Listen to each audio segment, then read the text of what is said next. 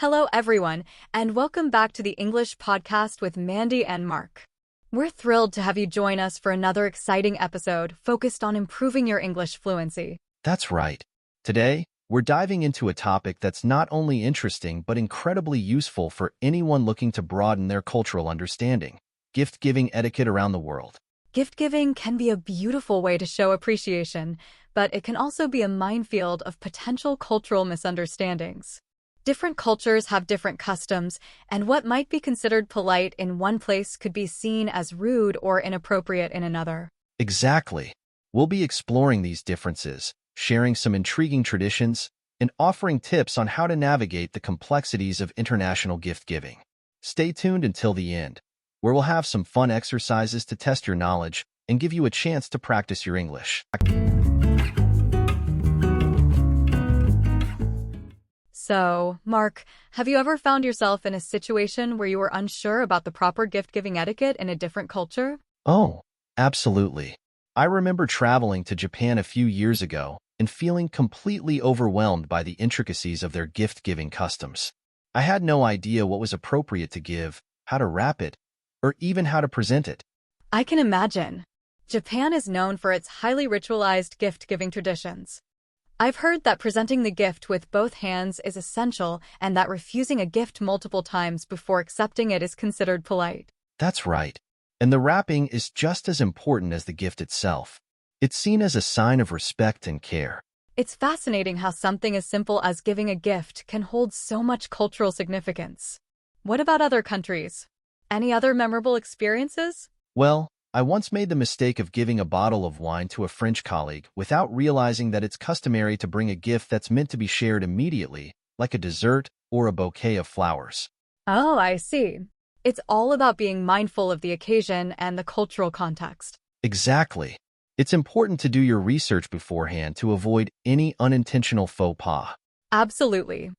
I think it's also interesting how the types of gifts that are considered appropriate can vary widely. For example, in some cultures, giving money is considered practical and thoughtful, while in others, it can be perceived as impersonal or even rude. That's a great point. In China, for instance, giving money in a red envelope is a common tradition for special occasions like weddings and Chinese New Year. Whereas, in some Western cultures, giving money might be seen as a last-minute resort or lacking in thoughtfulness. It's all about understanding the nuances of each culture. Definitely. So, if someone is planning to travel or interact with people from different cultures, what advice would you give them in terms of navigating gift-giving? I'd say the most important thing is to do your research. Learn about the specific customs and traditions of the culture you'll be engaging with. There are plenty of online resources and books available that can provide valuable insights. And don't be afraid to ask for advice from locals or people who are familiar with the culture. They can offer invaluable guidance and help you avoid any potential pitfalls. Absolutely. It shows respect and a willingness to learn. And when in doubt, it's always a good idea to err on the side of caution and choose a gift that's universally appreciated, like a nice book or a small souvenir from your home country. Great point. It's always better to be safe than sorry. Now that we've had a chance to discuss some interesting aspects of gift-giving etiquette, let's delve into some useful vocabulary that came up during our conversation.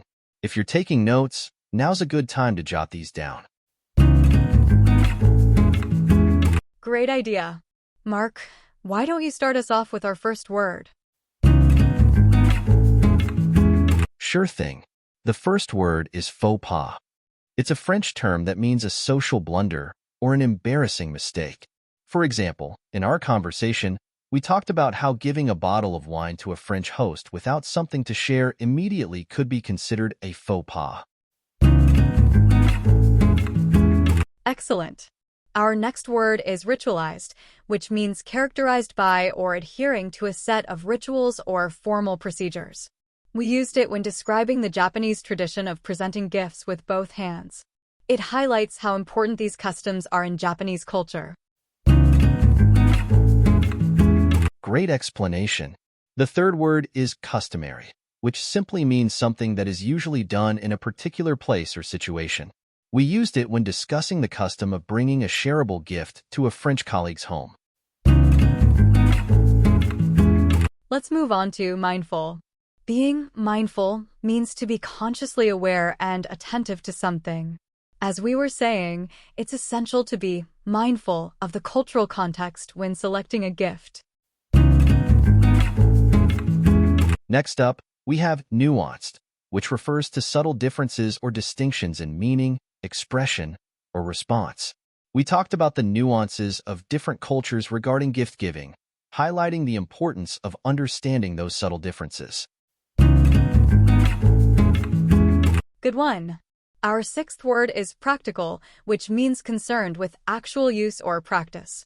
We mentioned that in some cultures, giving money as a gift is considered practical because it allows the recipient to buy what they need.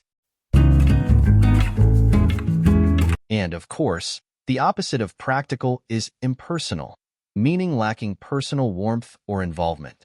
In some cultures, giving money as a gift might be seen as impersonal because it doesn't require much thought or effort. Right. Now, let's talk about invaluable, which means extremely useful or valuable. We used it when discussing how locals can provide invaluable guidance on gift-giving etiquette. Another great word is pitfalls, which are hidden or unsuspected dangers or difficulties.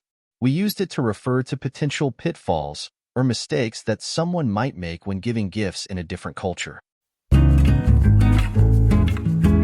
And finally, we have universally, meaning something that is accepted or understood in all parts of the world. We suggested that a universally appreciated gift could be a good option when in doubt. Fantastic! I think that covers most of the key vocabulary words we use today. Let's move on to some exercises to test your understanding.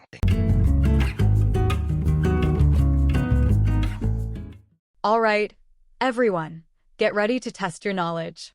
We've prepared a few questions based on our conversation today. Feel free to answer in the comments below, and let's see how well you were paying attention. Sounds fun. Here's the first one. What's one important thing to remember about giving gifts in Japan, based on what we discussed? That's a good one. And how about this?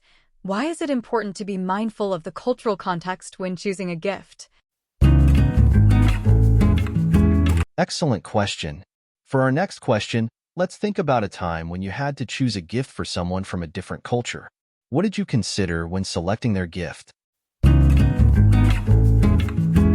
And finally, do you believe it's always better to choose a universally appreciated gift, or is it worth taking a risk and trying to find something more personal? Share your thoughts.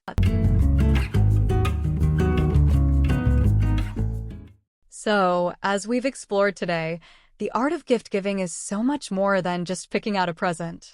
It's a cultural exchange that requires sensitivity, understanding, and a willingness to learn. Absolutely. By being aware of different customs and traditions, we can navigate the complexities of gift giving across cultures with grace and respect, strengthening our connections with people from all over the world. And that brings us to the end of another episode of the English podcast with Mandy and Mark. Thank you so much for joining us today. We hope you found this episode informative and engaging. Don't forget to like and subscribe to our channel for more English learning content. We appreciate your support. We'd love to hear your thoughts on today's topic in the comments below. See you next time.